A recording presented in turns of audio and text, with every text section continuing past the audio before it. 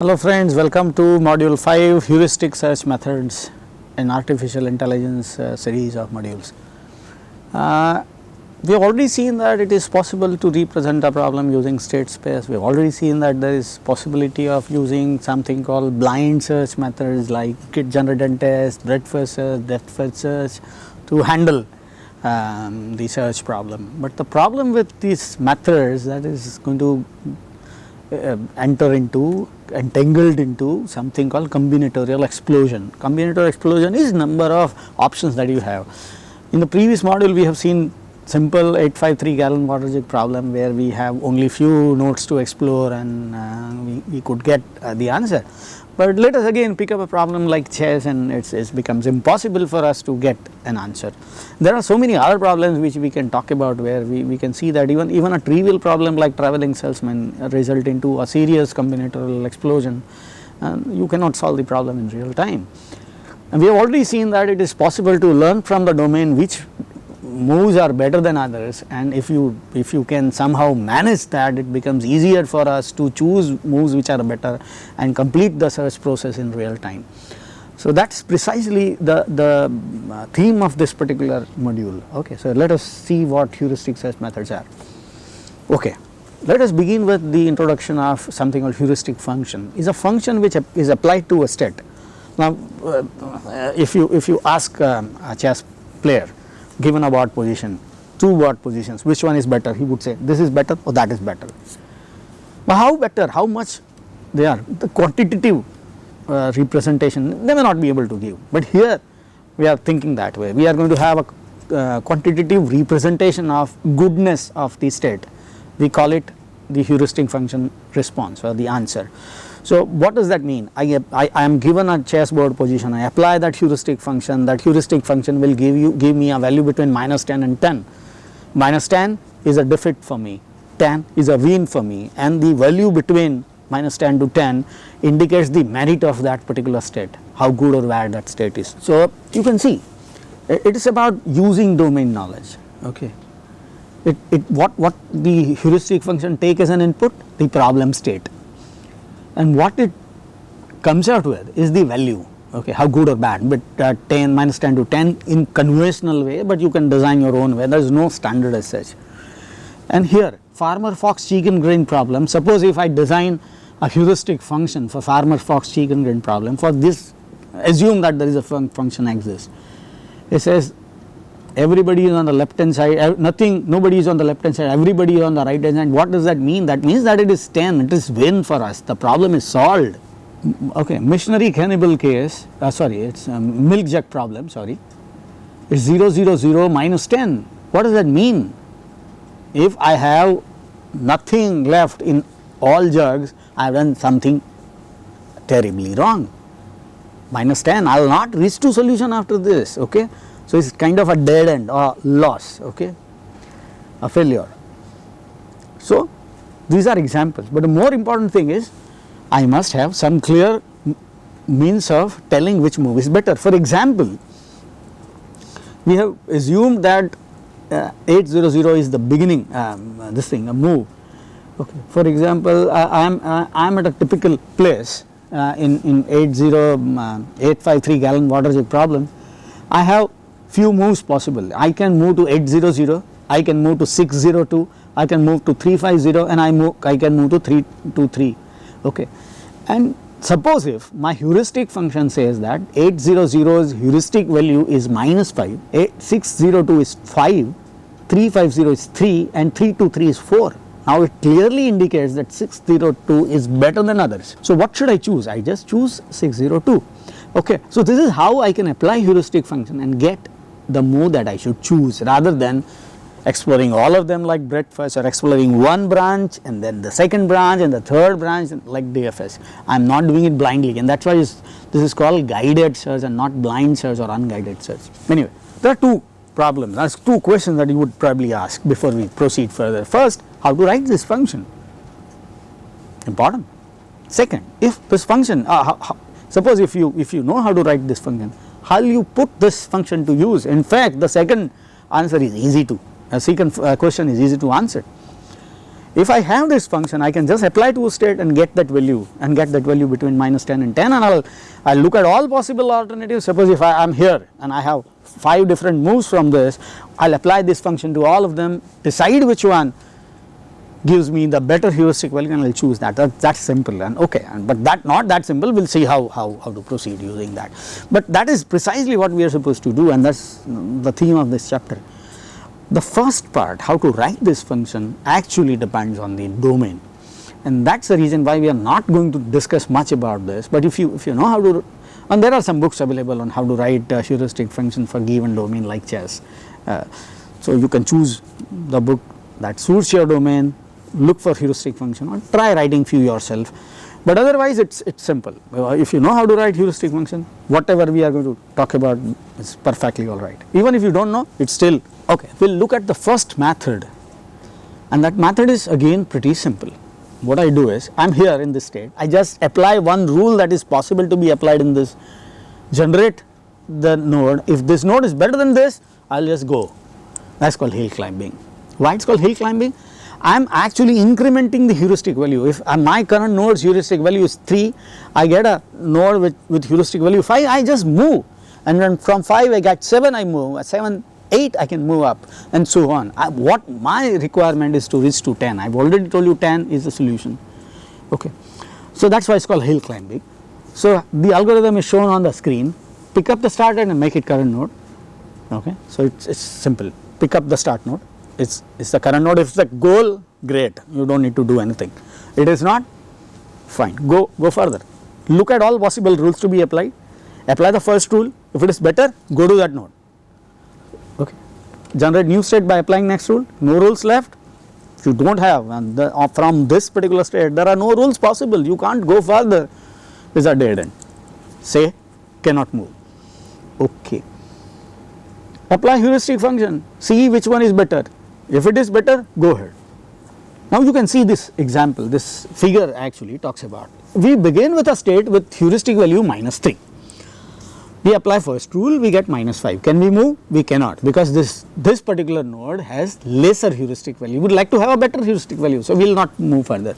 Next one is minus 4. This also is not very good. Okay, this is not better than the current one, so we will not move. 0 is better than minus 3, so we will pick up that. Now the first node that we generate is minus 1, which is obviously not as good, but the other one, when you apply the second rule, the state that we get has value 2, so we move to 2. Then we apply the first rule, which makes it 4, so this state is good, so we move to 4. Then we have 2 options, one is 4, which is same, so we will not go for that. Next one is 10. Okay, so what we do now? We will jump to 10 and we got a solution. Okay, this is called hill climbing. Sounds simple? It is. But then there is a problem. Look at this typical case. We start with minus 3. The first node is minus 5. Not very good. We have 0. This is better. So we move there. Then minus 1. Not good. 2. Better. Go there. 4. We are moving along quite nice, okay, 4, but then there is a problem.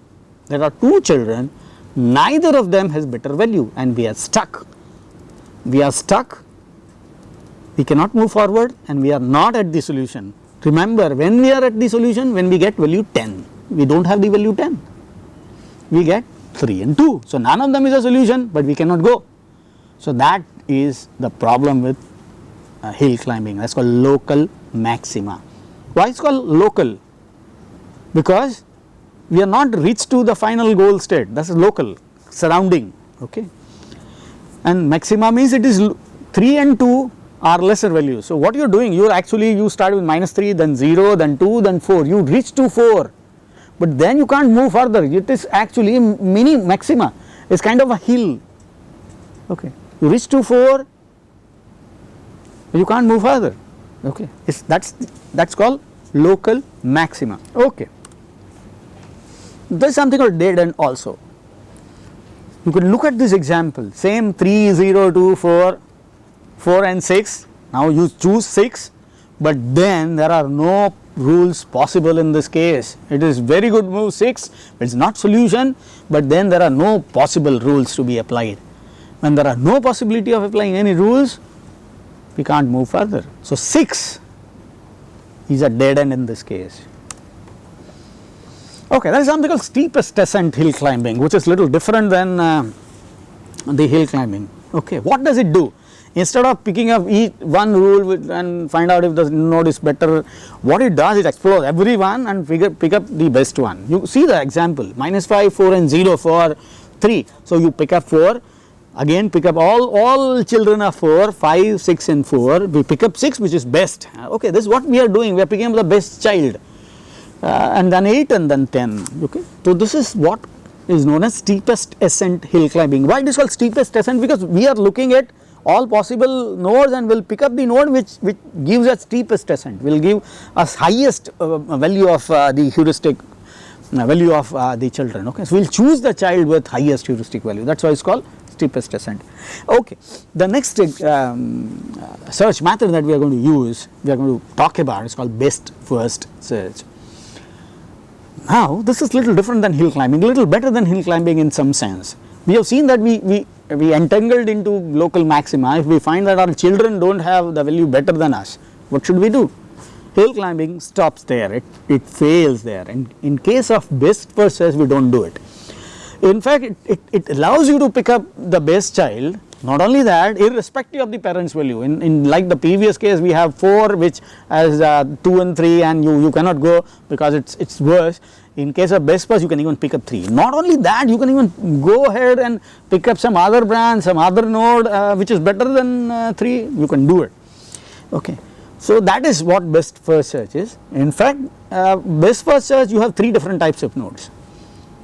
First, which are already explored, second which are yet to be explored, and the third which we are considering right now.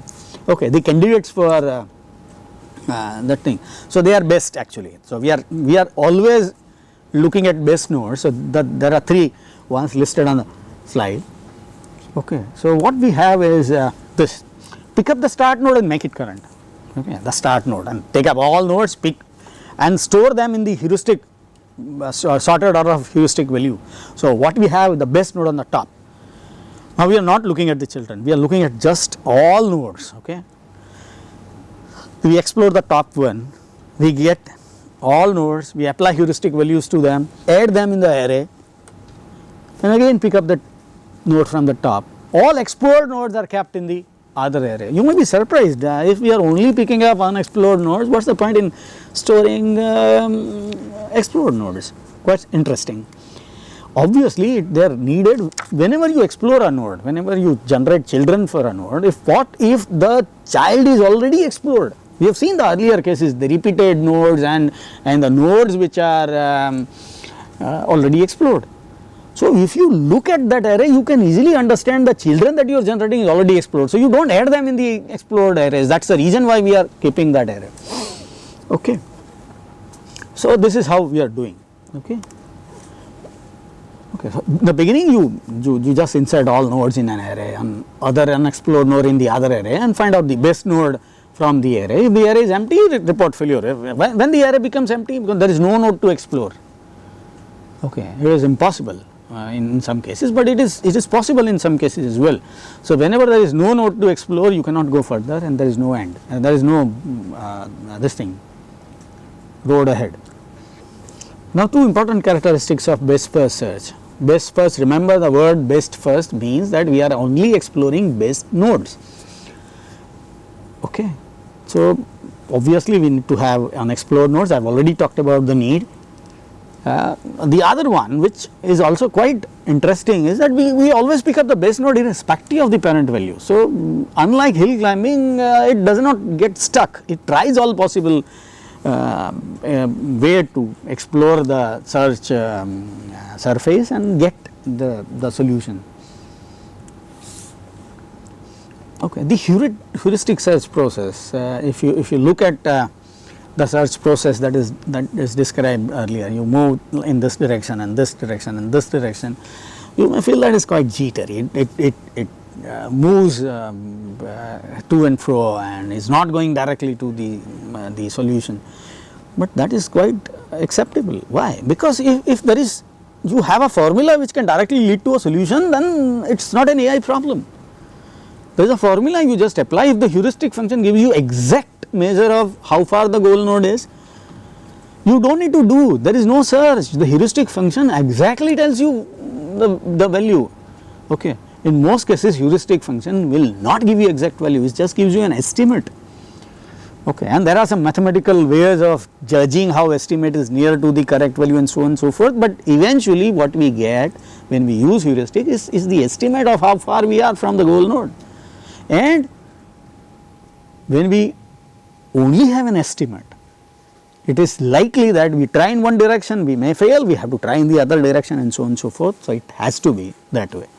Okay. And I have already talked about the chess playing programs use serious heuristics, and sometimes the chess playing programs use heuristics based on the opponent. For example, Garry Kasparov, the Deep Blue machine which IBM built, which has beaten Garry Kasparov 3-2, if you remember, it was there in use for quite some time.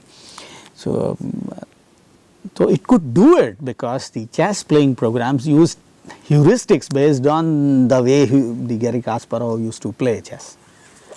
And you can see the best first search, the next figure, the slide shows how best first search works. You have -3, then -5, -2 and 3 are the children. Now you can see that there is a node -3 which is explored, 3 which is also explored now, which is being explored right now. -5, 2, -1 and 2 are yet to be explored. So, they are part of the unexplored nodes, -3 and 2 now they are explored. Okay. We are only taking a small segment of this thing. You can see that now 2 is the best this thing. So, out of -5, 2, -1 and -2, 2 is the best node. See, we are not doing exploring it like hill climbing. Okay. If we are exploring like hill climbing, we have come to a dead end actually, because 3 only 2 children, -1 and -2, both of them are having less value, so we will not be going forward. But here in this case 2 is the best node, so we will explore 2. So, 2 is explored, we get -3, -2 and 1. So, we will explore 1. Okay. This is again different than the hill climbing, because if this were hill climbing, 1 cannot be explored, it has lesser value than 2. So, but we are doing it. Okay. So, we are picking up, we are taking that as correct and we are going forward. So, what we have, 1 we have -3 and -4. Now, you can see in this particular case -3, 2, 1 and 3, all 4 of the nodes are explored. -1 is the best node right now. Okay. So, we are going to explore it and so on and so forth. You can see that this search process is jittery obviously, and I have told you the reason for it. And it is so, you can see -1 is explored where 1 is 3, other one is 4. Okay. Let us look at one important factor. So, that was best first search. Okay. We have, in fact, you can go further and get the answer, but best first search basically is the search where you use heuristic value and you just pick up the best node irrespective of what your children are and what the parents heuristic value is. Okay. So, the branching factor, the next thing which we are trying to explore, I have already told you that when you explore a search tree or a graph, a difference between search tree and a graph is a graph will have, a child will have a point, it is quite possible that it will also point to a parent may be a children, two a children and so on and so forth. What is the branching factor? Branching factor is number of nodes that you will have as a child on an average. Okay. For a complete binary tree, I have already talked about, number of node is almost double themselves at every level. With a branching factor of 35, chess is an example. At level number 1 you have 35, level number 2 you have 35 into 35 minus 36 means the earlier node. Next level is 35 into 35 into 35 minus whatever you have explored so far. That many huge number of nodes. In fact, that is the reason why in many cases what you are supposed to do is to, like, so for example, you are exploring chess and after 6 levels you cannot explore 7, it is too much for you and you choose one node. Now, that node may be little bad, that node may not be as good as it looks at the first shot. So, what do? You cannot explore the entire level further, but you can explore that node further. When that particular node that you are planning to choose is explored little further, it is called secondary search. That is applied in chess and many other cases many times. But anyway, this branching factor is an important point in the search process. Okay, now an important something little different which little different than the conventional state space search that we have seen so far. It is possible to represent a problem in two different ways. In one way we have already done, like for example missionary cannibal problem, you start from 3300, then move along and at the end you get 0033. So that is how we do it, like that is called constructive search. We start with the initial state and reach to the final state. But there is one more way. One more way is to, like for example, let us take the same missionary cannibal case. What we do is we just write some sequence of random states, okay, and call that thing as node 1, another sequence node 2, another sequence node 3, and so on and so forth. Now what we do is we just check if the first sequence is a solution, second sequence is a solution, third sequence is a solution, and so on and so forth. Now in this state space what we do is every node represents a particular solution, a potential solution, okay, a particular sequence which may be the right answer to this missionary cannibal problem. And what we do is we just apply kind of a generate and test. We just see if the sequence is a solution. If not, we will pick up some other sequence. If not, we will pick up the third sequence, and so on and so forth. So that is called perturbation search, okay, unlike the constructive search that we have seen so far. Okay, solution search can be done in either way. First case is one, the second case is one. For missionary cannibal, the constructive search method is little better because it is easier. Solution search space exploration is little complex, but for some other problems that is a better method. We will see that thing in our 8th module when we look at genetic algorithms. Well, we see genetic algorithms are very good at those kind of problems where you have to apply perturbation search. Okay, both methods are used in practice. Now let us look at the summary of what we have looked at this module in the heuristic search module. The heuristic search module, heuristic search method is a method which is not blind like BFS, DFS and generate and test. The method is applied in a way that the all alternative states possible, all children of a node, they are tested and checked if one is better than the other, and what you do is you pick up a better node. And how it is done? It is done by applying something called a heuristic function. A heuristic function is based on the domain knowledge. Applying that heuristic function will tell you exactly how good or bad a particular state is. Usually this value is between -10 and 10. So that value will give you the ranking of or the merit of every state that you have at your disposal, and you can choose the best one. That is the power of heuristic search method. There are few heuristic search methods that we have seen in this particular module. One of them is hill climbing. Hill climbing is about simple. You just explore your children, apply heuristic function and pick up okay, sorry, the simplest of hill climbing you do not do that. Simplest of hill climbing, you just apply one of the rules, look at what you get, and that node, if that node has a better value, just move there, not better value, generate the other children, and so on and so forth. The steepest ascent hill climbing, the little different version of it, you generate all nodes and pick up the best, and so on.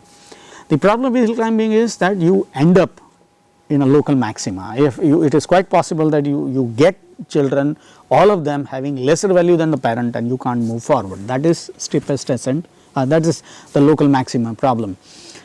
The other method that we have seen is called best first search. Best first search is about exploring this, but unlike hill climbing, you will just pick up the best node. What you have to do is to just store all unexplored nodes irrespective of whether which branch of the tree you are exploring, and pick up the best node based on the heuristic value. So it is quite, and this search process may be quite jittery, that moves across different branches and so on and so forth, but it is justified because we are looking at an AI problem. The heuristic value is just an estimate. Heuristic value is not an exact answer, and that is why it has to be that way. We have also seen it is that it is possible to apply a little different type of a search called solution search, where every node in the search space represents a solution. So, what we are doing is kind of a generate test. We will just look at a sequence. For example, we will take a missionary cannibal problem. We will just look at a typical sequence of states and see if it is a valid state, acceptable one. If not, then we will pick up the something else and so on. That is called perturbation search. The earlier search methods that we have seen are called constructive search methods, and both of them are used in practice. Some cases one search method is better, in some other cases the other method is better, and in some cases they are applied in a hybrid way. I will end this module. Thanks.